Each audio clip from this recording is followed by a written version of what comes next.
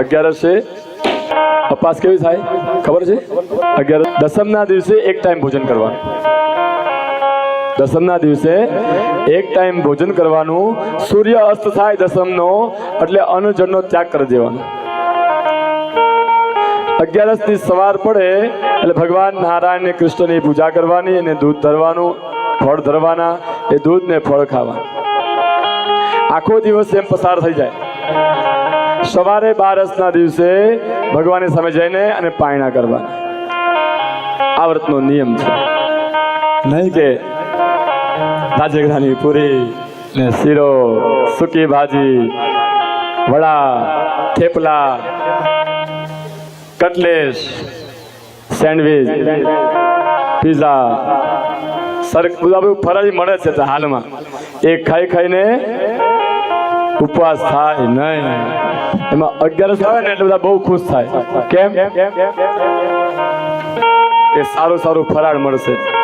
આજ મારે 11 છે, કાંઈ બનશે નહીં, તમે 11 કરો. હારો હાર તો બેનું નવું શીખ્યા. પોતાના પતિને છોકરાને બધાને 11 કરાવડાવે. કેમ?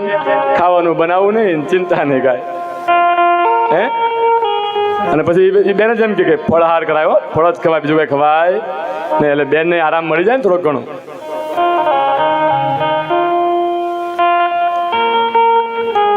અગિયારસ બેનો ગાતા હોય ઘણી વાર, ખબર છે ને કે એકાદશી કરીએ તો વૈકુંઠ પ્રામીએ. આ પાછા પાછા ઉપરથી જાય. વ્રત છે કે એકાદશી કરીએ તો વ્રજ સુખ પામીએ.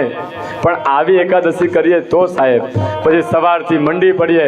એ સવારે દૂધ ને કેળા ને વેફર ને ચવાણું બધું ખાઈ, બપોરે સૂકી ભાજી ને લાડ બધી થાળી ભરી હોય પૂરેપૂરી ને એટલું બધું ખાઈ અને હાજે જમી, એને 11 કહેવાય નહીં. એને કદાચ રોટલી શાક ખાઈ લેવાય સાહેબ.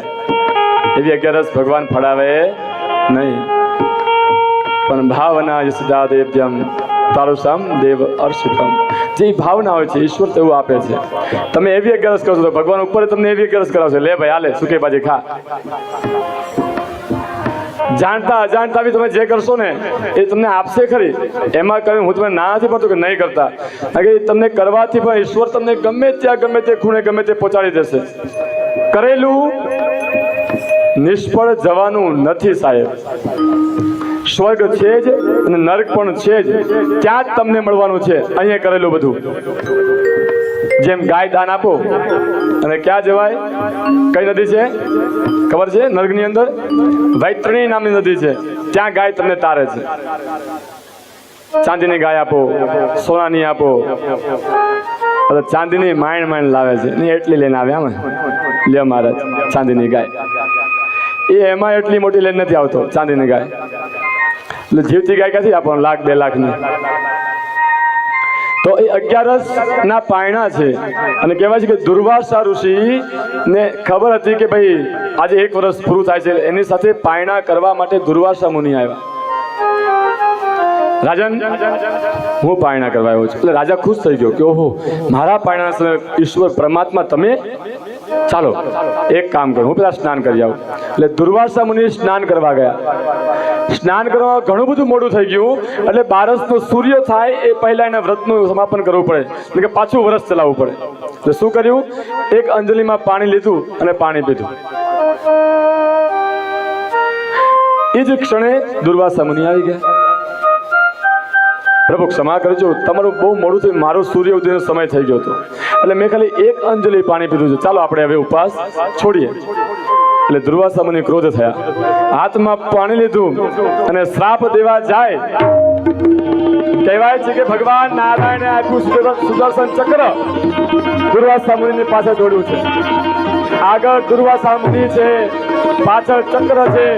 કહેવાય છે કે હવે આપણો વારો.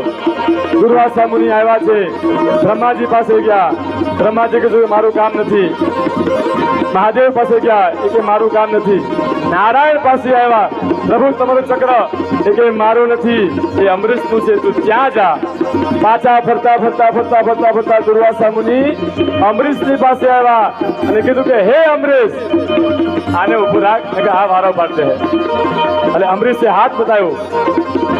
એટલે ચક્ર છે એ ઊભું રહી ગયું, ચક્ર ઊભું રહી ગયું. અને દુર્વાસા મુનિને રાજાએ ખાલી એટલું જ કીધું, પ્રભુ ચાલો પાયણા કરીએ, બીજું કઈ જ નહીં. ત્યારે દુર્વાસા મુનિએ કીધું કે તું 1 વર્ષ સુધી, હા 1 વર્ષ થયું દુર્વાસા મુનિને ફરતા ફરતા, પાછી 11 આવીને ત્યારે એ રાજાએ પાયણા કર્યા એટલે 1 વર્ષ ભૂખ્યો રહ્યો. આ 11 કહેવાય સાહેબ, આને તપ કહેવાય, આને ભક્તિ કહેવાય. અને ત્યારે એને પાયણા કર્યા.